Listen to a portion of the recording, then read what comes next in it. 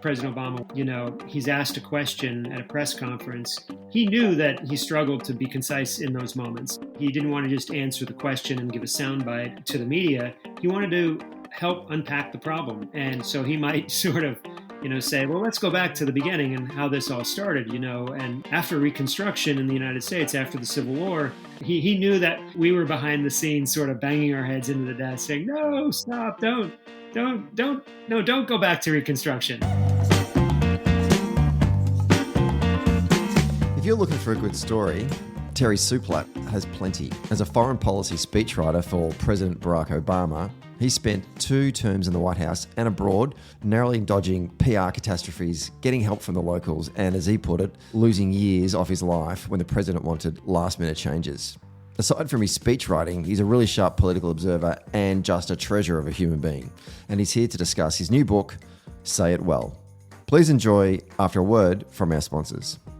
The presenting sponsor for Socially Democratic is Dunn Street. Dunn Street is a campaign agency that specialises in community organising. We only work with people who want to build power to make the world a better place. And if you want to create change in 2025, then hit us up at dunnstreet.com.au. A special shout out to all of our Patreon members as well. And you can join our community for free or for as little as $1.50 a month. And you too can help support this podcast. All paid members receive a welcome gift. So if you have recently signed up, please check your inbox for a message from our producer asking for your shipping address, because without that, then we can't send you your merch.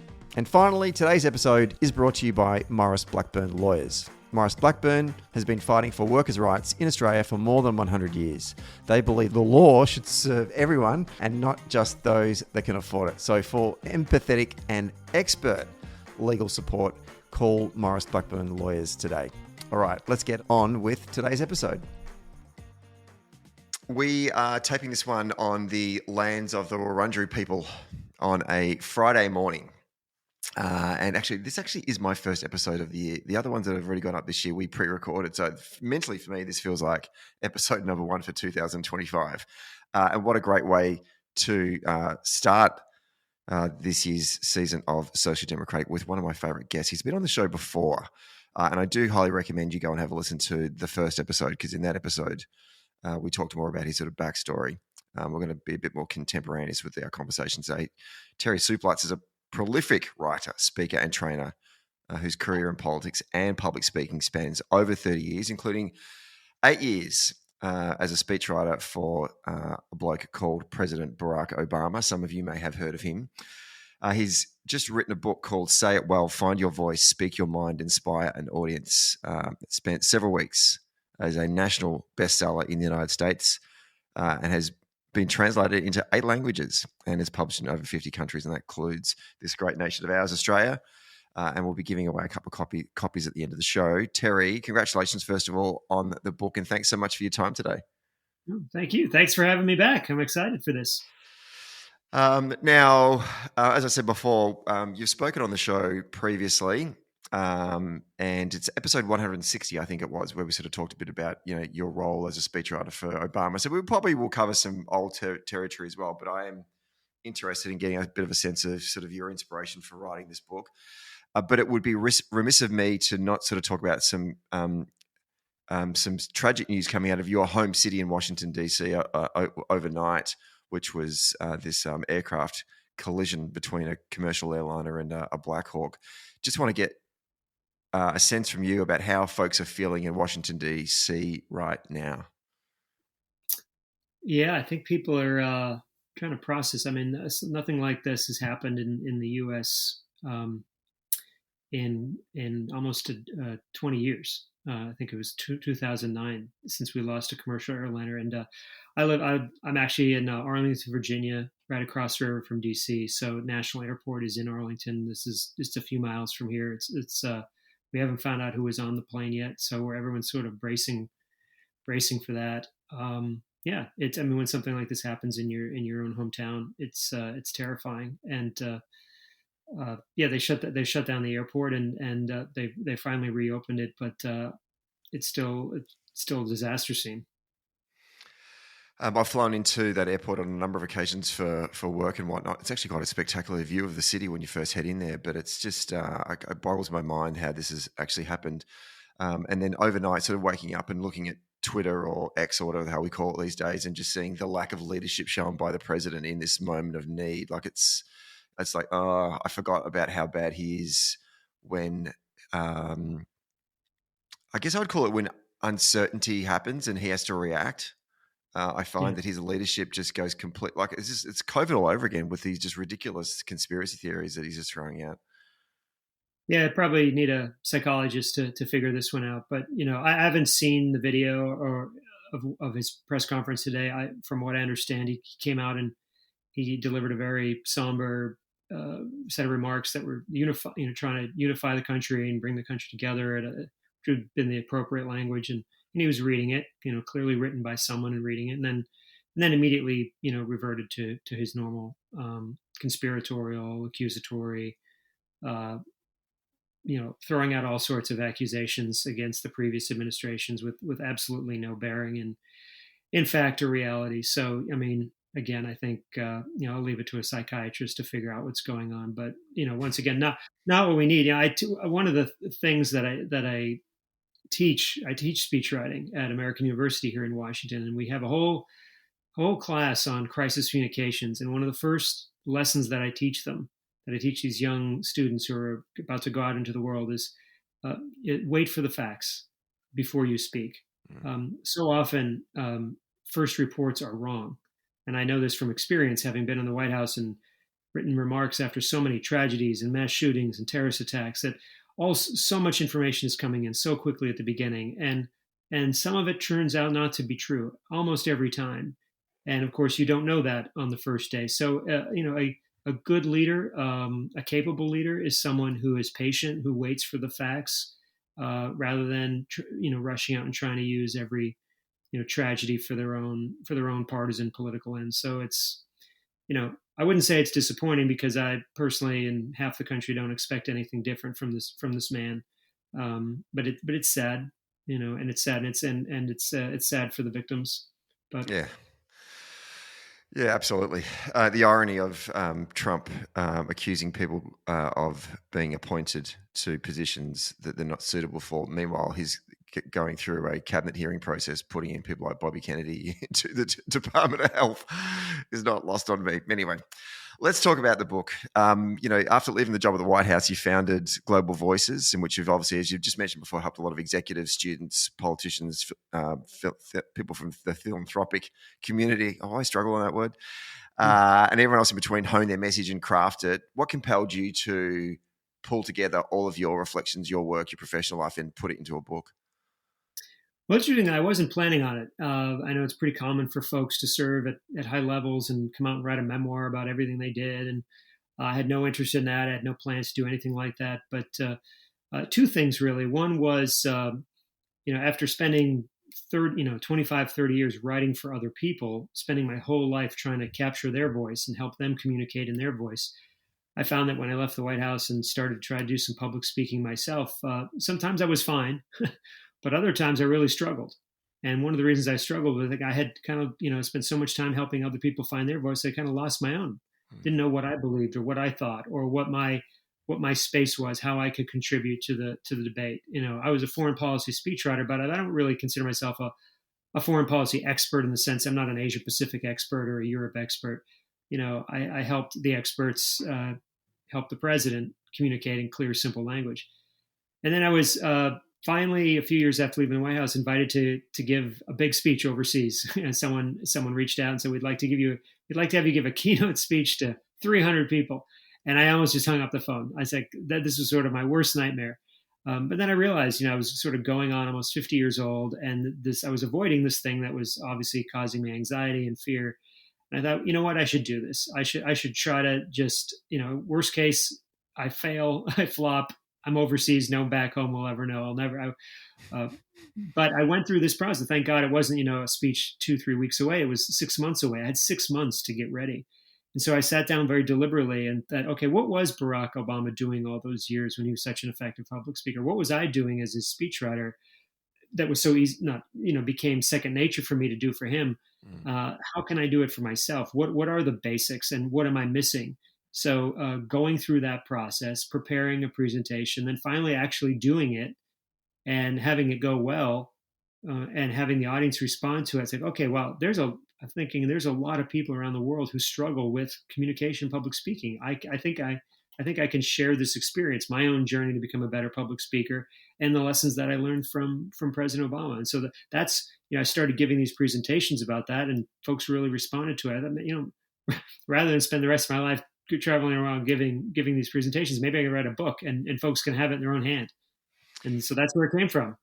It's two reflections from reading that part. You're talking about the nervousness that you had about going and delivering this speech overseas. The first one was, now for the viewers at home, Terry is very generous with his time. When the Dunn Street United States Engagement Mission goes over to Washington, D.C., Terry hosts the delegation for a dinner of a particular evening.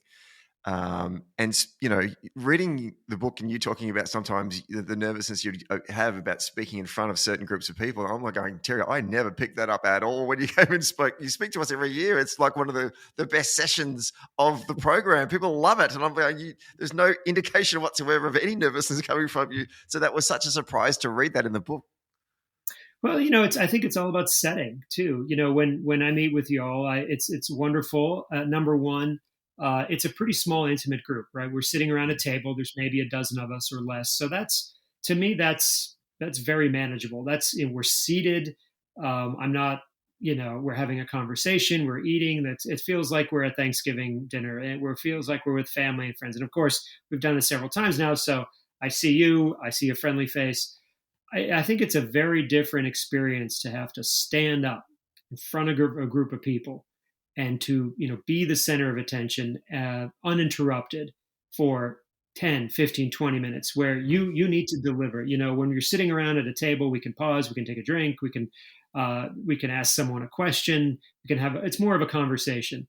But the idea of standing in front of a group of people and giving a presentation or a speech of some kind for, again, 5, 10, 15 minutes longer, that is a whole different level. That's what I think really, where I struggled. To have to be there and kind of own the room and deliver that message. And I think that's where a lot of people struggle. Again, I think it's, we of course get in our head, and I talk a lot about this, but yeah, I appreciate, I can have a conversation, and I can say I had some great speaking, and some good public speaking experiences, but I also had some very difficult ones that I mentioned in the book. And I think it was that sort of seesaw of, sometimes I'm okay, and other times I'm really struggling here. What's going on? And ultimately it was stick me in a room, sit down, intimate, I'm fine. Stand up, give a speech or presentation. That was where I struggled. The seesawing that you just mentioned there, one of the things I reflected on when you talked about one of the experiences, I think it might have been your maybe it was your graduation speech. I can't remember what it was, but talking in a big room. I remember as a young union organizer, I was sent to a workplace induction for a brand new supermarket that was getting opened up. There was 400 employees all seated in a massive auditorium, and I was given 20 minutes to speak to these workers and try and recruit them all to the union. And it was like sort of a one-shot in the locker opportunity, right? Yeah. As opposed to having to go chase them all on the floor of the supermarket to get them to sign their cards. Here was a moment where I could have got them to, and I was very new and young in my union experience. I'd done some inductions previously, but not to that size. And just walking to the lectern, all of a sudden I was overcome with nerves, and then getting to the lectern and then looking at all of these like 400 blank faces staring back at me.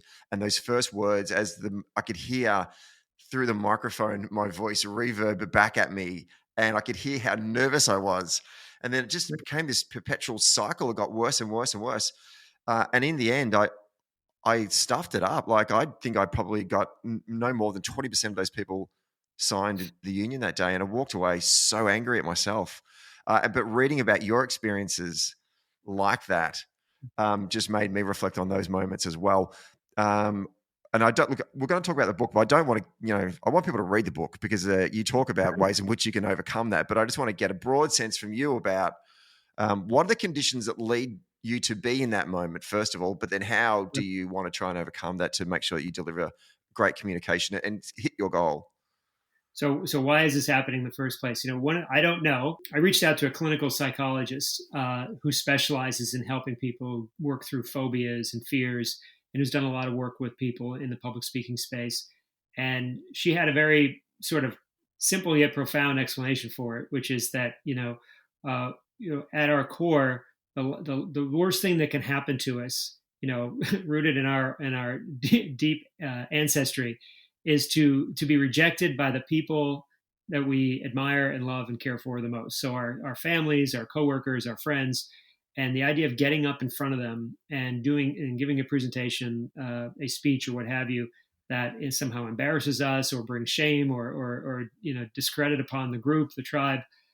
This ancient fear that we'll be rejected, cast out to the tribe, that it is so deeply powerful. And I think that's exactly what's going on. I mean, people say, I don't want to get up.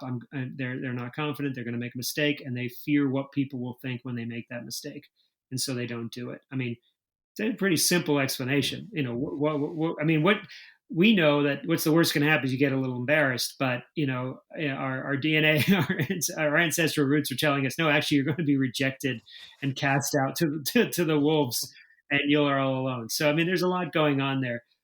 I asked President Obama once a question that I had never heard him asked, that I couldn't believe no one had ever asked him, which was, what do you think makes an effective public speaker? He's one of the great speakers, whether you like his politics or not. He's one of the, undeniably one of the great communicators of the 20th century and 21st century. And, no one had ever asked him this. So he gave me his answer, and what really surprised me about it wasn't anything about structure, although he cared a great deal about structure, narrative arc, and all that. He wasn't answer about body language, although he's got great body language. He knows how to deliver a line. What he said was, for him, great public speaking comes down to people who know who they are, know what they believe, and speak from a place of core conviction. And I think when you think of all the great speeches you've ever heard, or the great speakers that you admire, they have all those things.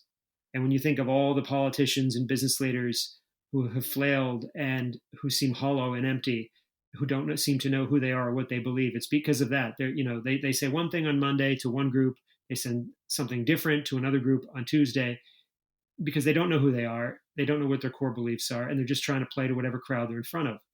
So I think, one of the things that I do early in the book is I give people a series of questions almost more like a therapy session, because before we can go out there, stand up in front of a group of people, again, whether it's in the workplace or a rally or a eulogy or a toast or what have you, in a political setting, if you want other people to believe in you and know what you stand for, then you have to know. You have to do some really deep thinking about why you're there, why you choose to be someone who gets up and speaks, what you stand for, what you believe, and what you're trying to accomplish and get other.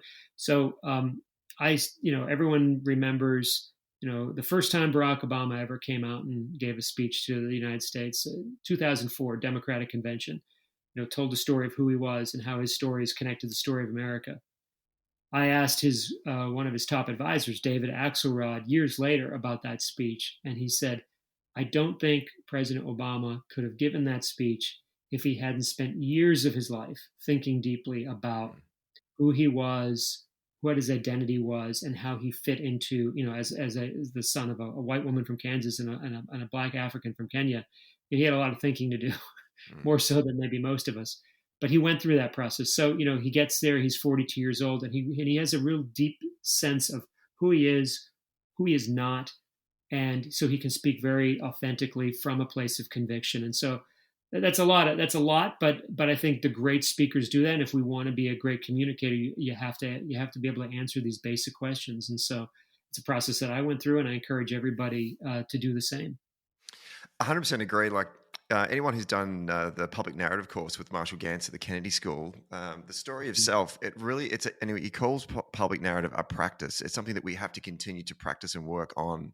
And it requires you to, first of all, if you want to communicate your story of self, you need to understand, to your point, who you are and why you care. And that means you have to reflect on the moments in your life that led you to be in this particular room today. And I think a lot of times politicians don't do that. They skim the surface. They just sort of think, this is enough. I've got Labor values because of my dad was a plumber, Right. Right. and that's it.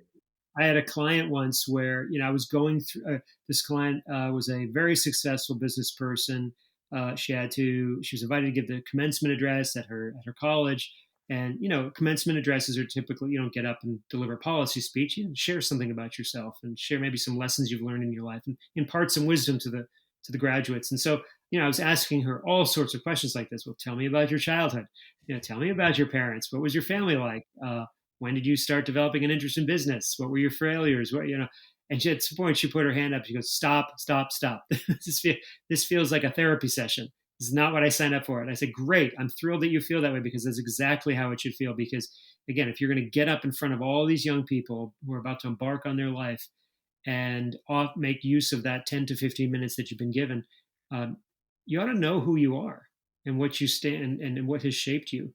Because and if you don't, you can't share it. But once you do know it, that becomes the essence of your story. Well, obviously, this is a political podcast, and your background was in politics. But I'm wondering who you had in mind in terms of the reader when you wanted to make these points.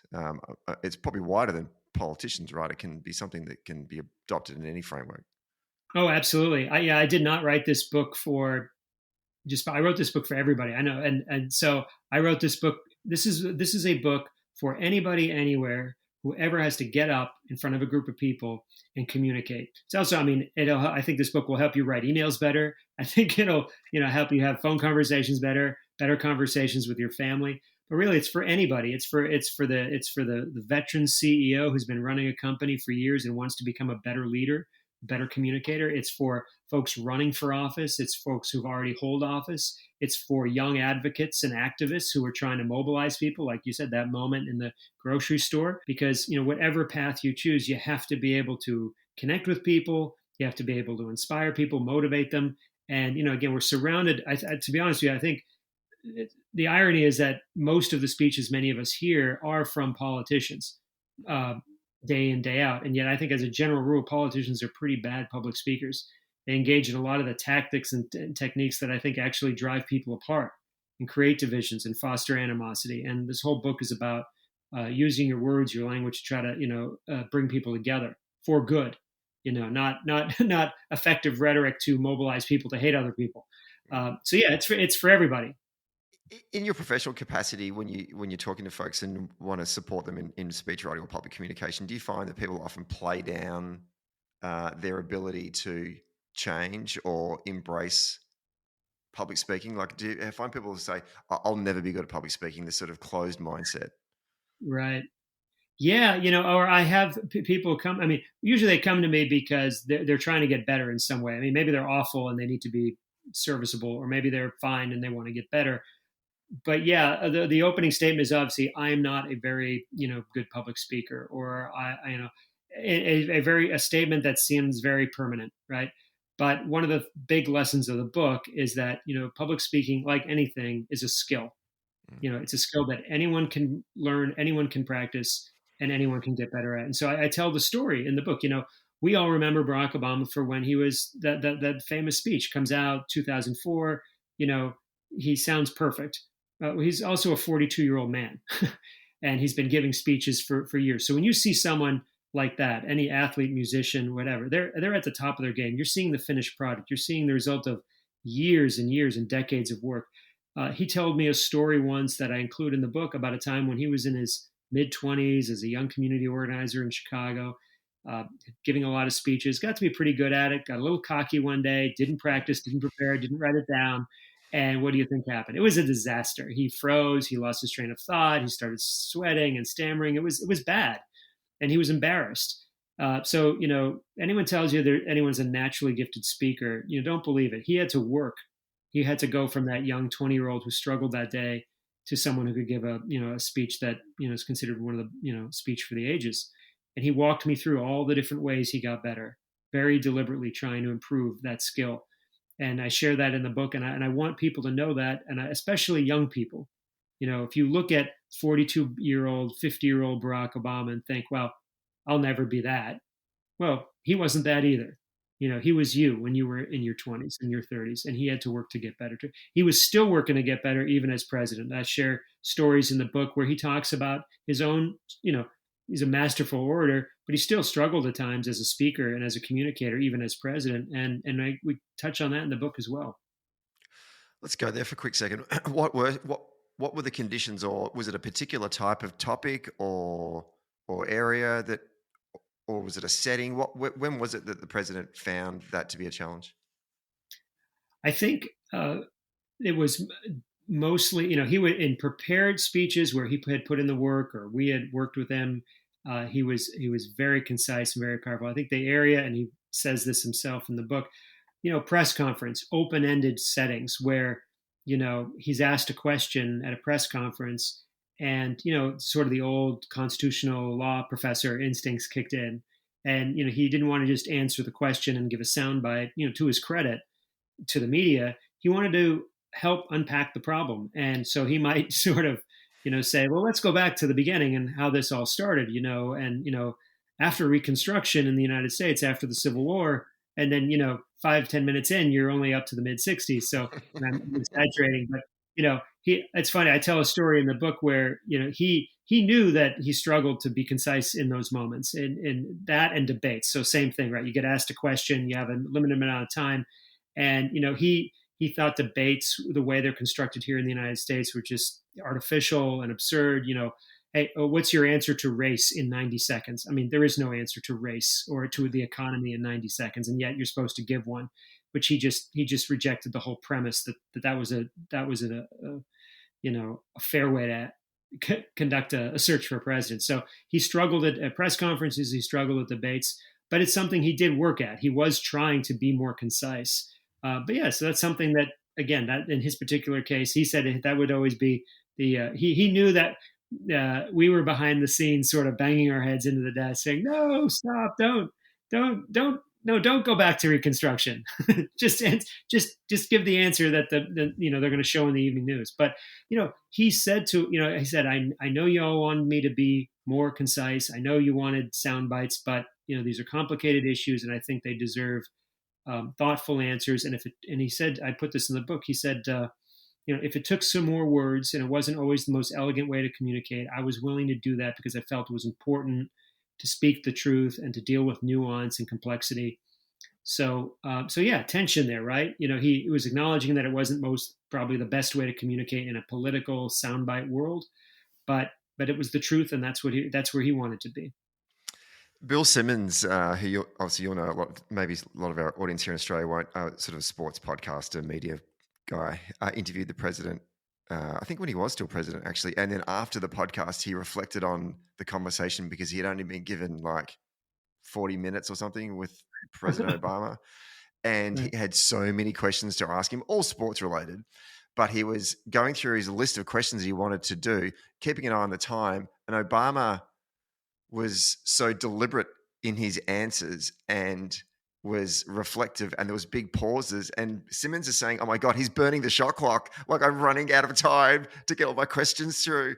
And he thought it was a tactic. He was not accusatorial towards the president, but he was kind of saying, like, this guy is just very good at slowing the game down. But to your point, maybe it was more actually just sort of he's far more reflective as a communicator. You're like thinking through a problem. Like, you're asking me a question about a particular issue today, maybe an economic issue. Well, the issue does not exist in a vacuum. It exists because of choices and policies made over many years, many decades, perhaps centuries. And so he wanted to help, before he gives the answer, he wants to help diagnose the problem. And sometimes that could get a little verbose, but yeah.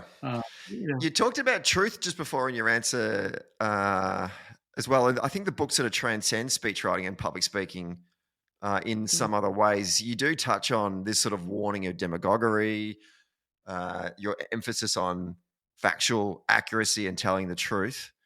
And I just want to get a sense from you about how do we tell who the good leaders are from the manipulative ones? Yeah, I think one of the reasons I have a whole section of the book called "Don't Be a Demagogue," and here are all the things that demagogues do, and it's an appeal to my readers to not do them. Don't do these things. And just because certain leaders do it all the time, every day, doesn't mean we should. Doesn't mean we should embrace that. And it's tempting because I think, I got this question recently. Well, Donald Trump won. He won the election. He got more votes than his opponent. So his way clearly works. My answer to that is, well, obviously he won the election, but so didn't Barack Obama twice. So didn't Joe Biden once, with a very different approach to rhetoric and to communication, and I think a bit more belief in the importance of facts.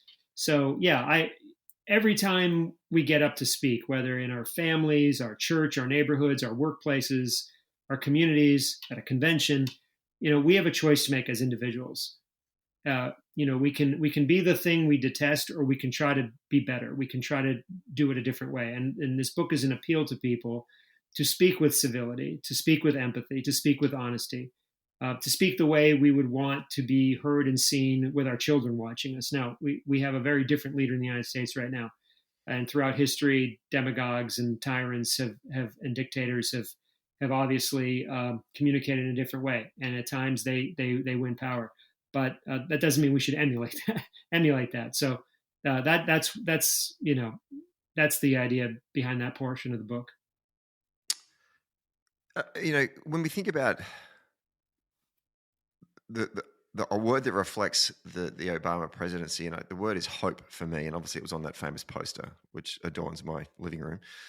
And I think about the word that sort of symbolizes the Trump presidency, and I think it's hate. And so we on the left would look at Obama and say he was a uniting figure, and we look at Trump on the right and suggest that he's not. But I do wonder sometimes, if you are someone who's going to those Trump rallies, you probably do think he's uniting the country. Is there ways in which we on the left are missing? Like, what am I trying to say? You can deliver a speech in a certain way, and you only hear the things that you want to hear. Sure. Yeah, I don't know whether you or how many of your listeners, had a chance to actually listen to the Trump's inaugural address. I thought it was one of the most partisan, divisive inaugurals perhaps in American history. His supporters loved it, and they say, well, I did a post on it on LinkedIn, and someone said, why are you trying to turn a moment of hope and unity into some partisan attack? And I'm thinking, clearly we live on different planets. Which is part of the problem. But you said if you had to boil it down to one word, hate. I wouldn't necessarily disagree with you that. The first word that came to my mind was anger. And it's and if you have ever watched a Trump rally, it's just one villain after another. It's the corrupt political establishment who's against you and exports your jobs. It's the radical leftist elite who look down upon you.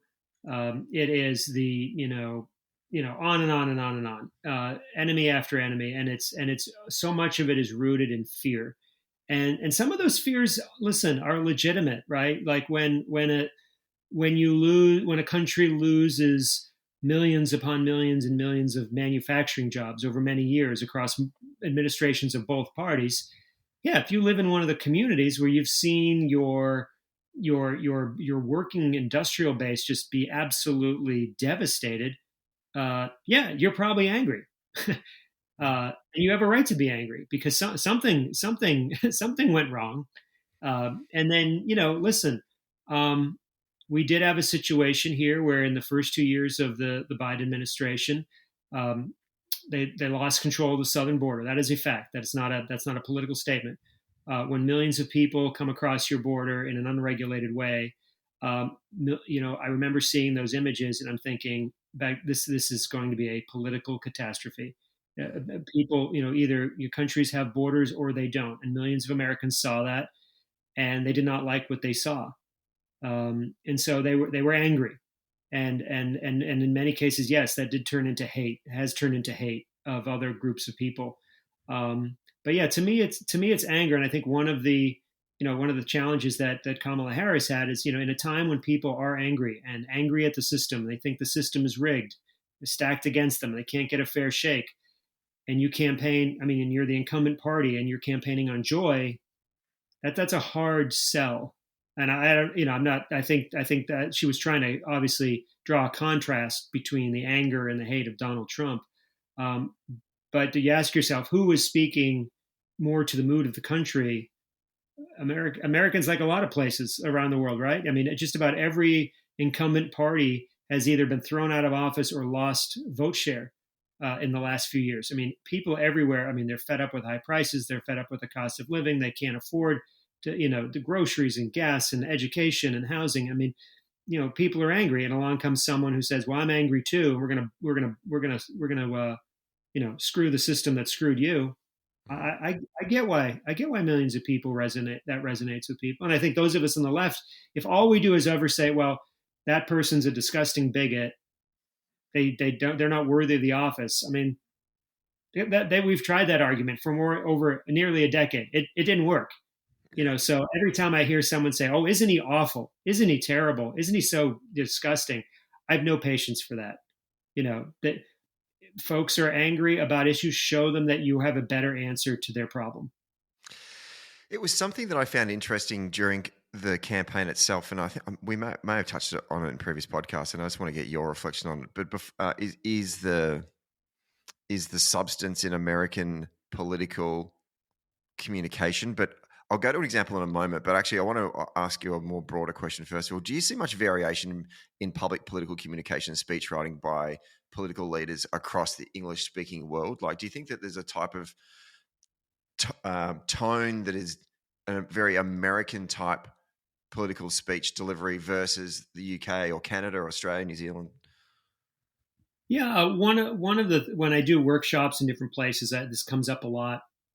A big part of American political rhetoric is, getting really personal and vulnerable and opening up and telling your story. It's Abe Lincoln born in a log cabin, show that you're of the people and really, weave your personal narrative into the moment. And so we always think of here as, the great political leaders, they have a message that matches the moment and they have a biography that matches the message. And so that's why you hear so often, I mean, a lot of foreigners think it's why, Kamala Harris gets up and talks about what it was like to have her mom, working so hard so they could afford their first home. She remembers what that was like. And, it's not that other countries don't do this, but particularly in continental Europe, I get this pushback all the time. It's like, oh, well, in France, we don't do that. In Germany, we don't do that. In Italy, but I think that's probably the biggest thing that I've noticed and the biggest pushback. So much of what my book is about is how to bring yourself and bring your story and all these unique experiences you had to front and center when you speak and when you communicate, because that's, as human beings, that's what we connect to. We connect to stories, we connect to other human beings.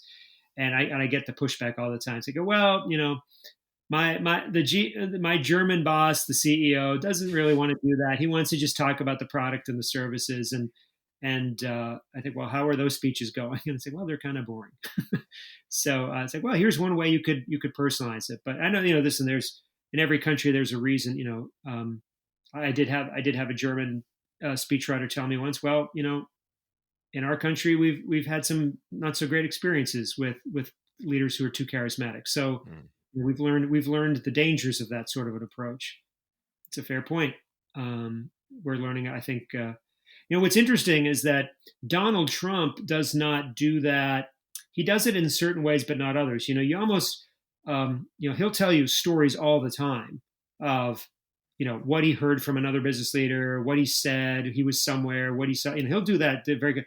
He almost never, ever discusses his childhood, his family, his parents, his upbringing, which is a huge red flag. Obviously, I think, again, I'm not a psychologist, but someone who never, ever, ever lets us into that space, to me, is someone who is profoundly uncomfortable with that part of his life. There's something, about that experience.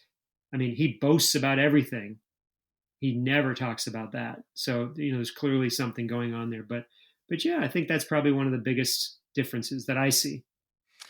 And the reason why I ask that is because, think about, so for example, the Democratic National Convention last year, and I watched most days, and a lot of the speeches were reminded me, actually, I won't say they were good, but I'll say that they reminded me of how American public speakers and politicians are very comfortable about talking about their story, talking about moments, bringing moments into the narrative, which is so absent in Australian public speaking Mhm. in the political class. But then when it got to the campaign proper, and I was over there in Detroit and watching the rallies, it still stayed what I would say up in the rarefied value frame, like the big picture stuff, and didn't get down to what I would call the nitty gritty, meaningful benefits. Here specifically is how I'm going to make your life better. I went into ChatGTP and I grabbed the Gettysburg Address and I said, change this as if this was delivered by a modern Australian politician. And it was quite funny because it was a bit there where in the Gettysburg Address it says it is for us the living rather to be dedicated here to the unfinished work which they who fought here have thus far so nobly advanced. And the Australian version is, we owe it to them to keep going. And that means real action on a fair go for working Australians, cost of living relief, and a stronger healthcare for all. But, you know, it even goes further because we'll increase wages and ensure job security and put an end to labour exploitation. Now, what I thought was absent from the political conversation was the fact that politicians in America don't seem to want to get into the weeds and say, here's specifically how I'm going to fix this problem for you. And do you find that absent in public communication and political campaigns in the United States? Well, I think it depends candidate to candidate. We've had candidates over the years who, put out dozens of white papers, That's true. and I've got a plan for that, and then they list off their 5-point plan. They have a plan for everything. It always becomes kind of a joke, and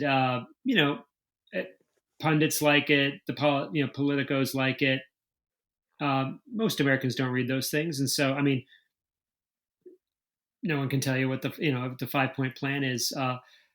It's like with everything. You don't want to lose the music. You want poetry and prose.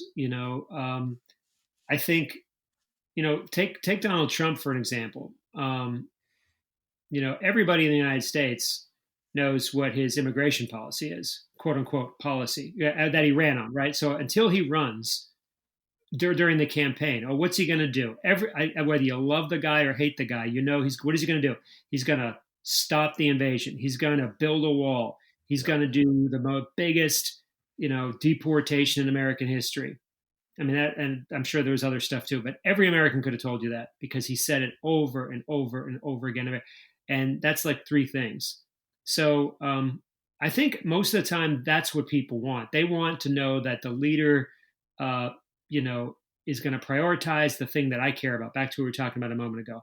If the border and immigration were important to you, then you are going to go with the person who's screaming about it every single day.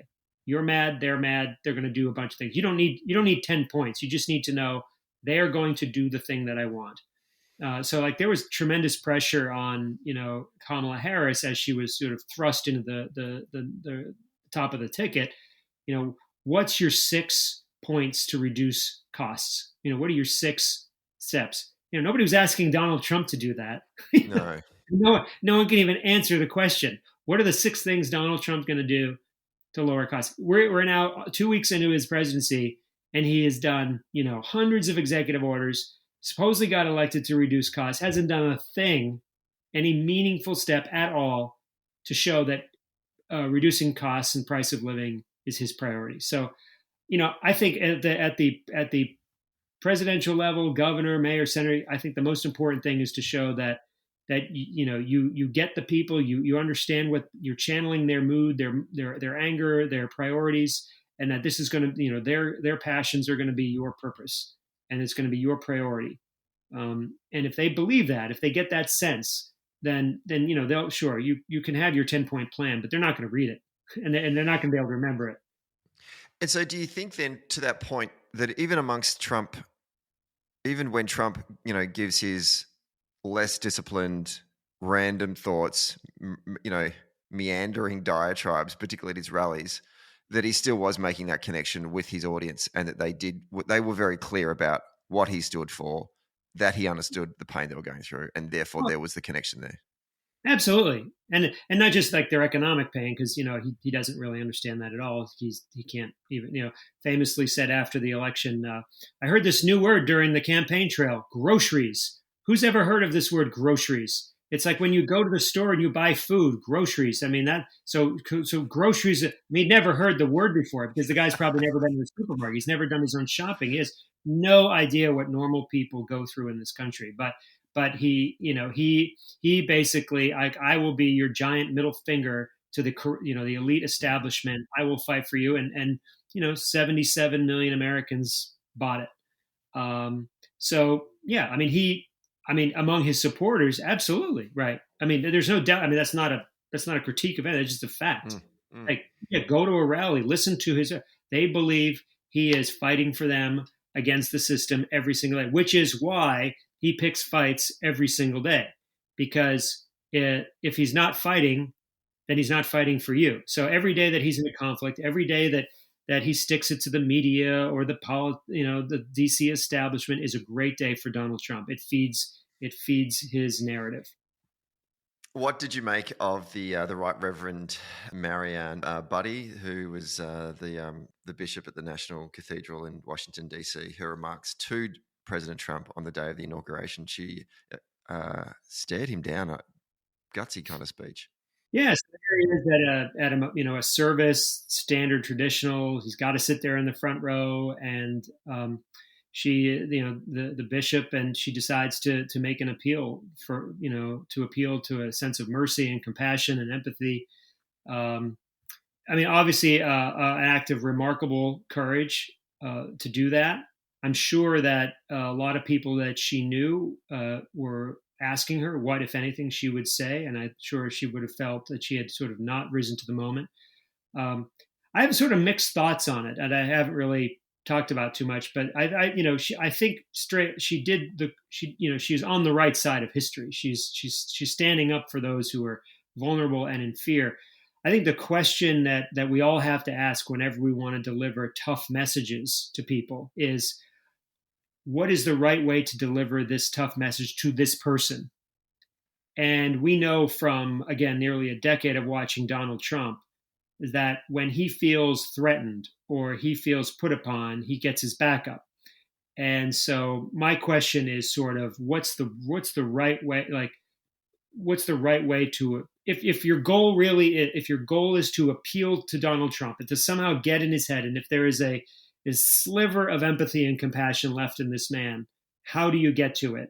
I don't know if the public lecture of him, which is the way I think it came off to a lot of people, I'm not sure I would have counseled it to do it exactly that way. The moment she said, "Mr. President," he probably felt he was being lectured to, and he's just not going to take it. Whereas another approach perhaps might be, as we all know how this guy's brain works, you play to his, how we see it. What is a strong leader? You could frame the whole thing around strength. And we know he loves William McKinley, the President McKinley. I'm sure McKinley did something compassionate and empathetic towards people. Talk about that. Think of all the people that Donald Trump admires, that he strives to be like and compared to, and talk about how they've shown empathy. There's different ways to do it, but I tremendous act of political courage. Thank God she did it. Someone has to be speaking up for mercy and and empathy. That's why I wrote the book. I'm thrilled that she did it, and she's getting a lot of blowback for it. Which, that's half the thing, isn't it? In her mind, as she was preparing her notes, it wasn't just the nervousness of actually delivering that sermon to the President of the United States, but also then the aftermath of it when the right media come for you as well. It's just a whole different kettle of fish. I want to ask you a question about AI. You sort of touched on it a little bit in the book, and I made a joke before about using ChatGPT to do some work for me about making an Australian version of the Gettysburg Address. But in all seriousness, what role does AI have? Are you comfortable with this platform or this tool in the craft of speech writing? Yeah. So it's interesting. I started writing the book in 2021, at 2020, 2021. And then, right in the middle of it, out comes this thing called ChatGPT. It blows everybody's mind. I'm thinking, okay, all right, well, this is gonna change things. So throughout the book, I have these little asides, sort of when to ask a bot, when not to ask a bot. And I think because there's things we should be very worried about, and ways that can help us. To me, it kind of comes down to two things. It's an incredible research tool, right? It's an incredible brainstorming partner. If you're struggling to come up with a topic or a theme for a speech, you can, ask it. I am a student. I have to give a commencement speech. Give me 10 topics. The kind of thing you might ask your colleague at work or your family member. Find me 10 quotes. Give me a structure. Draft a speech. But so as a research partner, phenomenal, incredible, saved countless hours. I mean, and it's only going to get better. It's just, of course, if it gives you 10 quotes, you got to check it's not making up quotes. But when the moment comes and you are a human being standing up in front of other human beings and they want a human connection with you, I think the worst thing you can do is read a script written by a machine or by a bot, right? Eulogies, toasts, work presentations, political rallies. Again, people have come together to hear you, another human being. And everything we've been talking about here today about the importance of sharing your story and your experiences and bringing your own unique life to bear and your values. There's no machine that's going to know all that stuff. I mean, unless you input it, and at that point you're writing the speech. You're telling it all the things about you and just organizing it. So people want to know what's in our heart, and the machines aren't going to know that unless we tell them. So, I just believe that our voice, our story, it's the most powerful thing we have in the world, and we should never give it over to a bot. It's also not funny. I've tried to get ChatGPT to write gags for me, and they're shit. I'll just put that out there as well. So if it's not emotional, it's not funny either. Speaking of funny, obviously you mentioned in the book a whole bunch of really famous speeches that Obama gave, many of which you wrote. I'm actually interested in one particular one, which was at the Washington Correspondents' Dinner, where he got up and gave a speech, and Michael Kay came up and stood behind him as his anger translator. Do you recall that? Do you know the background to that? Because that's kind of risky, really, that they did that. But they both nailed it. Yeah, I mean, I was not the lead speechwriter on that speech, or actually on any of those. They call it the White House Correspondents' Dinner. We had one or two speechwriters who really specialized in the humor and the jokes. They decided that me, as a foreign policy speechwriter, that I was decidedly not funny, which I did absolutely disagree with them. I would tell them I'm very funny, and they would say you're not. So anyway, there you go. Well, that's a good gag there, right there, Terry. There you go. Right. But that was, he was going to be Luther, the anger, management translator, and they worked on it together. It was phenomenal. I mean, one of I think one of the best ones that the folks remember. But and in fact, actually, that brings up a good point, because I think one of the things that when people come to me to work with me, one of the first things they say, "Oh my God, I need a joke. I need to start with a joke." And my first answer is, no, you don't. You don't need a joke. You're not a late night TV host. You're not a stand-up comedian. No one wants you to be. And it's that, you start trying to do these canned jokes. You sound like you're some, comic from the 1950s. The best thing you can do is just, use humor, right? And there's a difference between jokes and humor. Humor is just shared connections, things that you share, unexpected references. We can all do that. We do that all the time. We do it with our colleagues. We do it with our family. So I have a whole section of the book about, how to use humor that isn't necessarily telling a joke.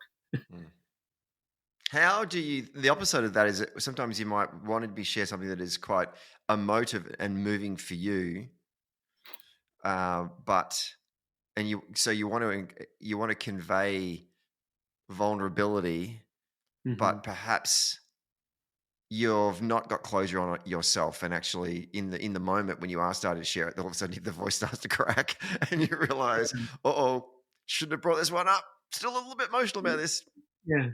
I mean, again, I think every once in a while there's a speech that goes viral, someone in the country, not usually a politician, and oftentimes it's because they're emotional, because they're being honest and open and authentic with what they feel. And again, to me, that's another great, a great metric. Almost always I think, was it Steve Kerr, the coach, after one of our mass shootings in the United States, turned his post game press conference into just a real passionate appeal for common sense gun reform, and it went absolutely viral. Why? Well, he was deeply, deeply emotional.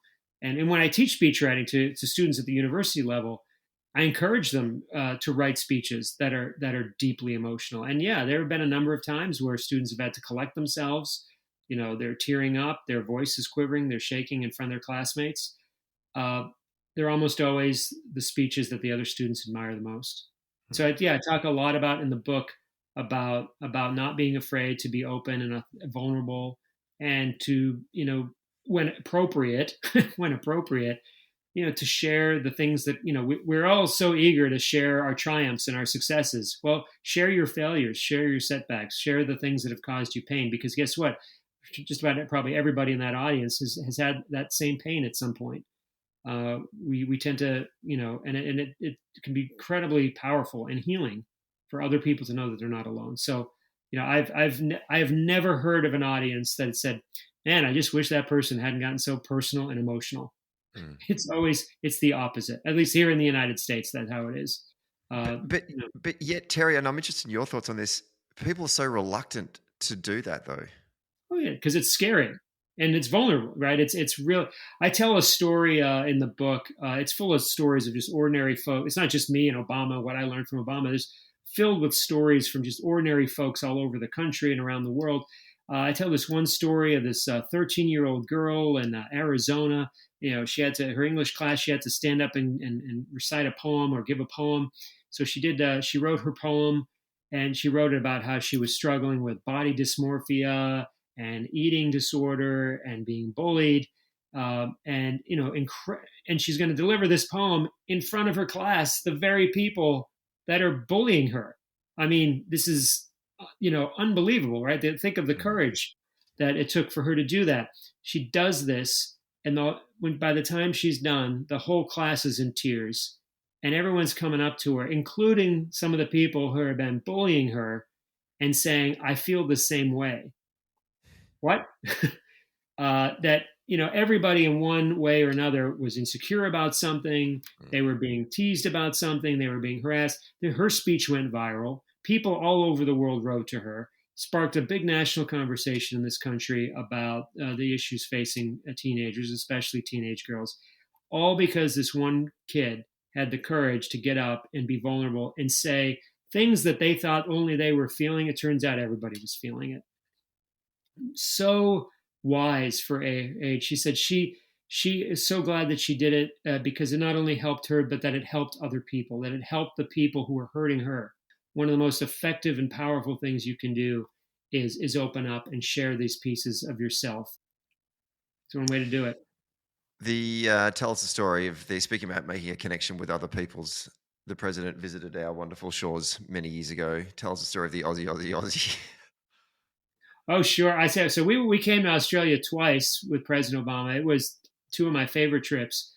And the first one, we went out to Darwin, and he was going to give a speech to several thousand U.S. and Australian troops. The Prime Minister, Gillard, sitting right next to him. And we had the speech all written. It was, it was pretty much done, 99%, but it didn't really have an opening. And, all good speeches should have a good opening, something that really grabs the audience, something unexpected, something to surprise them. And I didn't have it. It was just kind of an beginning.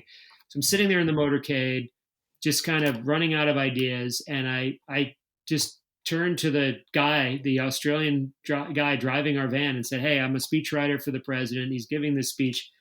Is there any good way to greet a bunch of Australians?" And he goes, "Oh, that's easy, mate." And he says, "So you should just say Aussie, Aussie, Aussie." And I'm like, I don't, okay. And then what? And he's like, "Well, then they're all going to say, oi, oi, oi." And I said, "Oh, all right. Well, I'm an American. Number one, I don't know what that means." he said, well, what does it mean? He said, well, I said, well, what's the translation? He said, well, it doesn't really translate. It's like a cheer. I said, yeah, but what's the American word? He said, well, I don't know. I don't. I said, well, I'm not going to, I can't just give him this phrase and not know. I mean, I don't know if it's some like fringe extremists wink and nod to some, I don't know what it is. And I said, well, what if they don't say oi, oi, oi? And he said, trust me, mate, they will. And I said, but what if they don't? It'll be really embarrassing and cause an incident. He's like, trust me, they will. So I, all right, why not? So we put it in, we checked with a few people. They're like, yeah, sure, why not? And he comes out, he does this. He says, hey, I hear you've all got a great, Australian saying. And he says it, and just everybody just on cue, just screams out oi, oi, oi, and it would, he's smiling, the prime minister's smiling, everyone's clapping and cheering. Not the most sophisticated, I can't say there's some speech writing technique, but one of the lessons that I still don't know what oi, oi, oi means. Maybe you can tell me. But there was no diplomatic incident. But the reason I share in the book is because not only is it important to like try to do something interesting up front, but when you're preparing a presentation or whatever you do for a living, don't just ask the people around you. I had asked all of our colleagues at the White House. I had asked our colleagues in the Australian government. No one came up with that. And I thought to ask a van driver, and he came in. So you're writing a eulogy for your beloved grandmother. Of course, talk to all your family and your friends, but maybe go talk to her neighbor who saw her every day, or the folks at the grocery store who saw her every day. They probably have some really cool, interesting takes on this person that you loved. And just sort of be creative, reach out, look everywhere, ask everyone for ideas. Had we not done that, so there's a guy out there. Maybe he lives in Darwin. I don't know. Maybe he'll be listening to this. You helped write a presidential speech, and it was a lot of fun. Well, last couple of questions just before we wrap up. Interested to get a sense of public speaking of speeches that have transcended into film or television. Are there any ones that you look back at? I know that they're all been created by, a bunch of artists and writers, but I think about sort of Al Pacino on Any Given Sunday or something like that. Is there any that stand out for you that were like, oh, that's actually pretty good? I wish I wrote that speech. Yeah. So so many people love The West Wing. President Bartlett, right? There's a famous scene in The West Wing where some reporter from like sort of like a right wing outlet challenges him as someone supposedly, I'm going to paraphrase it, Mr. President, supposedly you're a person of faith who believes in the Bible. How can you support homosexuality and gay rights?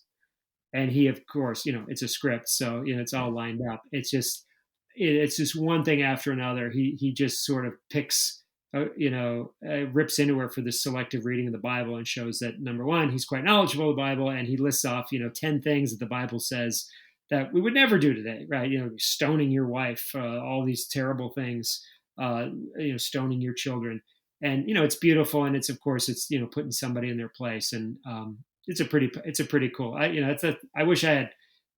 We had versions of that we tried to do in other ways, but that's a pretty cool moment from a fake president. From a fake president who's a big Notre Dame fan, and that's the only reason I like the show. So we're giving away 2 copies of Terry's book. Where's the camera? Say it. Well, there you go. Look, it's in the beautiful looking cover there. To either one of our Patreon subscribers, or you can subscribe to Patreon and also then get a copy of the book. But it's the first 2 people that write in the Patreon channel, "Go Red Sox," and we will ship it out to you. We'll ship a copy out to you. It's a fantastic book. Unfortunately, it's not going to be have the author's insignia in it, unlike my copy. Very happy about that. Thank you, Terry. But maybe I'll write in it, say, "Terry wish he could have wrote in this for you," from Stephen. But we'll send out 2 copies. So just go to Patreon, go to the Socially Democratic Patreon page, sign up, or if you're currently a subscriber and you want a copy of the book, the first 2 people who write in the message channels, "Go Red Sox," we will send out a copy. I actually am. You are a native New Englander, Terry, so I'm going to ask you a quick question about New England sports. Sure. Obviously, the Celtics won a championship last year. Very happy about that. Made my year. Who do you think is, out of the 4 men's teams in New England Sox Bruins, Pats, Celtics. Who's most likely to win the next championship and who's less likely? Who's the furthest away right now from winning a championship? Are you trying to like get me in trouble with my friends and family back home? I mean, this is yes, you are. Oh man, I don't even know. I'm embarrassed. I don't know. Maybe most likely, can it be? Hey, go Red Sox! Do I get a copy of the book? No, you're gonna be on the Patreon page. That's right. Okay, got to do it on the page. Least likely. Oh man, I don't know. My brother-in-law is a huge Boston Bruins fan, so he's not going to like this. I don't know. Maybe least likely is Bruins. Sorry, Ben. I think it's a toss-up right now between the Pats and the Bruins. For my mind, I'm worried. I'm worried about the Pats. I really am. But I'm impressed that you follow it so closely. What else am I going to do with my day? I mean, really, I just, I pretend that I have a podcast and a consultancy, but ultimately I'm just watching US sports every single day. That's what I do. Terry Szuplat, thank you so much for your time today. Thank you for writing this incredible book. Thank you for sharing your insights on today's podcast. Please, we'll also drop links into the show notes for today's episode where you can buy Terry's book. Get it. Even like obviously most people who listen to the show are involved in politics in some way. It's incredibly relevant for you in that respect. But even if you are not in politics and you're doing other forms of public leadership, you should read this book. It's not just a book that helps you frame good public speaking, but also it's actually a really interesting read because there's a lot of great stories in there as well along that journey. So I just really implore you to get out there. Terry, thanks so much for coming on the show. We wish you the best of luck with 2025, and I look forward to seeing you at the Rasika Indian restaurant in October later this year with the Dunn Street delegation. I can't wait. It's a highlight of the year. I appreciate it. Thanks so much for having me on, and I hope everyone enjoys the book. Thanks for listening to this episode of Socially Democratic. Like the podcast? Hit the follow or subscribe button and be sure to leave a review on Apple Podcast or Podchaser and get all the latest updates on Socially Democratic by following us on YouTube, Facebook, Instagram, Twitter, Blue Sky, and LinkedIn. See you next Friday.